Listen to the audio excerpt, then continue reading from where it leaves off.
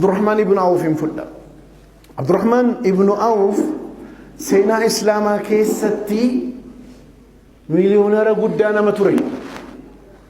Gaafa hijiraa godhu Madiinaa irraa Makkaa irraa Madiinaatti qabeenyi hunda harka saamamee harka duwwaa gale. Rasuul Rabbi sallallahu alaihi wasallam ansaaraaf muhaajiroota gidduu obbolaa godhan. Obbolummaan eenyuun qaqqabeef Sa'd ibn Rabi'a qaqqabeen.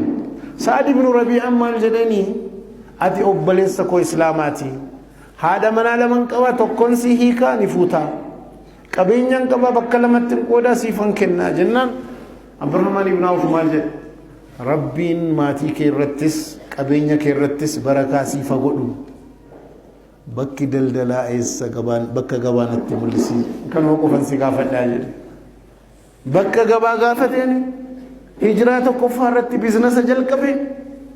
Hijiraa bara sagalaffaa waraana Tabuuk irratti namni maallaqa guddaa kenne lammaffaan isa.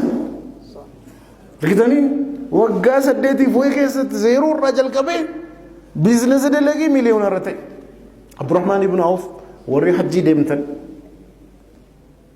Madiinaa warri deemtan mee lafa qonnaa waqfii Abdurrahman ibn Auf jedhaa gaafadha.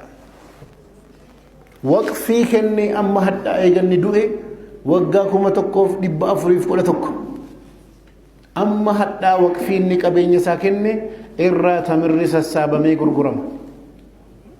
Kiiloo tokko riyaala 150 irraa binnee dhaqne.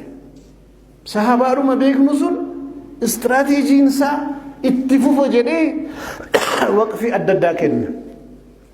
Hoteela Usmaan ibn Affaan balbala Madiinaa irra kan jiru dhaqaati hoteelli Usmaan eessaa jedha barreeffama argitu. Usmaan nama biraati waqf Usmaan ibn Affaan amma hadhaa balbala masjida Rasuul Rabbi sallallahu alaihi wasallam irra jira. Warri kun maaliin beekamanii maal dalagan jennaan sooressa. Ekonomistoonni Islaamaa waan Abdurrahman ibn Auf seenaa keessatti siiraa keessatti maallaqa isaa jedhamee dubbatame hunda lafas warqees qabeenya isaas hunda utuu gabaa hadhaatti bahe jedhanii hisaaba godhan.